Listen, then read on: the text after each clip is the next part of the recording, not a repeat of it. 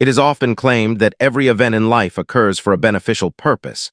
But do we truly accept this always? Allow me to recount a tale that could assist you in grasping this reality. In a thick, verdant woodland where the branches appear to murmur age-old mysteries, a youth hurried toward a wise elder with tears flowing from his eyes.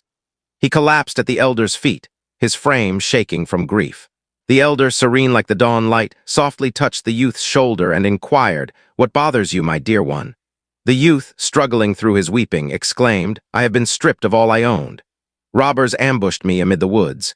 They took every possession, all that belonged to me. Now nothing remains, not even means to return to my dwelling. How can this be just? My existence is destroyed." The elder paid close attention and then remarked with a grin, "Have no fear, my lad. Whatever transpired did so for a positive cause."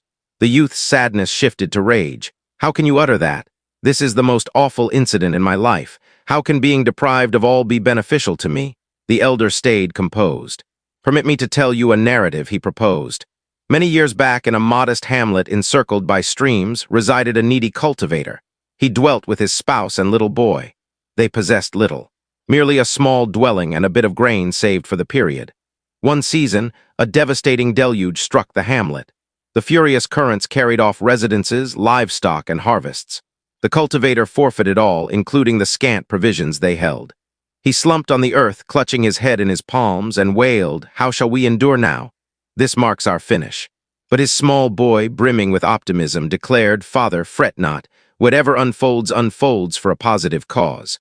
The cultivator's mourning transformed into wrath. "How dare you claim that? All we had is vanished. There is no benefit in this." In his fury, the cultivator shoved his boy from the dwelling and yelled, "Depart. You are not my child anymore." The lad, crushed and sobbing, exited the dwelling.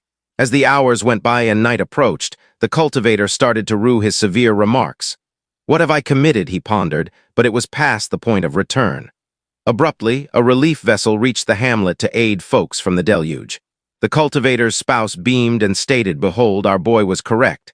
Assistance has arrived." But the cultivator remained skeptical. "How can you assert that? We have been robbed of all, our residence, our provisions, even a cherished collection of recollections. What advantage can emerge from this?" The days evolved into fortnights, and the cultivator and his spouse fought to persist. One day, his spouse proposed, "Why not travel to the town and seek employment? Perhaps we can begin anew." The cultivator consented. He trudged for days hunting for labor. Numerous entrances shut before him, and he started to despair. But right when he neared surrender, he encountered a generous trader who provided him employment and even lodging.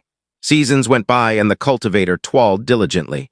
One dusk, there was a rap at his entrance. Upon opening it, he stiffened in astonishment. Before him stood his boy, now an adult male, grasping a sack and wearing a grin. "Father," the boy uttered, "it is I. After you expelled me, I headed to the town. I faced hardships initially, but then I secured labor, mastered commerce, and ultimately established my own enterprise. I have arrived to bring you and mother to reside with me.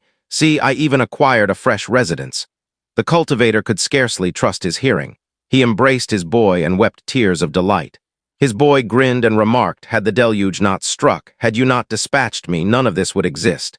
Now we enjoy an improved existence." The cultivator chuckled amid his tears. "You were accurate, my boy. All does occur for a purpose." The elder concluded his narrative and gazed at the youth. "Do you comprehend, my dear one? At times, existence removes what we believe essential merely to bestow something superior." The youth heard attentively, still doubtful, "But I have been deprived of all. How is this beneficial to me?" The elder grinned and presented him a tiny, gleaming rock. "Accept this. It is an item I discovered in the woods. It may aid you." The youth examined the rock intently and recognized it was no common rock. It was an alchemist's gem, renowned for its immense worth. "Had you not forfeited your items," the elder explained, "you would not have encountered me, and I would not have bestowed this upon you. You can trade it in the town to recover what you forfeited." The youth departed the woodland, no longer mournful but brimming with optimism and insight, bearing the gleaming rock that could alter his destiny. Existence brims with unforeseen trials, and occasionally it may seem as if all is crumbling. But recall, each occurrence, positive or negative, forms part of a grander design that we might not grasp instantly. Challenging periods frequently clear the path for grander possibilities and concealed gifts. just as the cultivator and his boy who attained wealth after suffering deprivation, and the boy who uncovered aspiration in his misery. We must rely on the path. Endurance, belief, and strength are vital for traversing life's difficulties. Even when matters appear hopeless, persevere, because what seems like a hindrance today might lay the groundwork for a luminous future.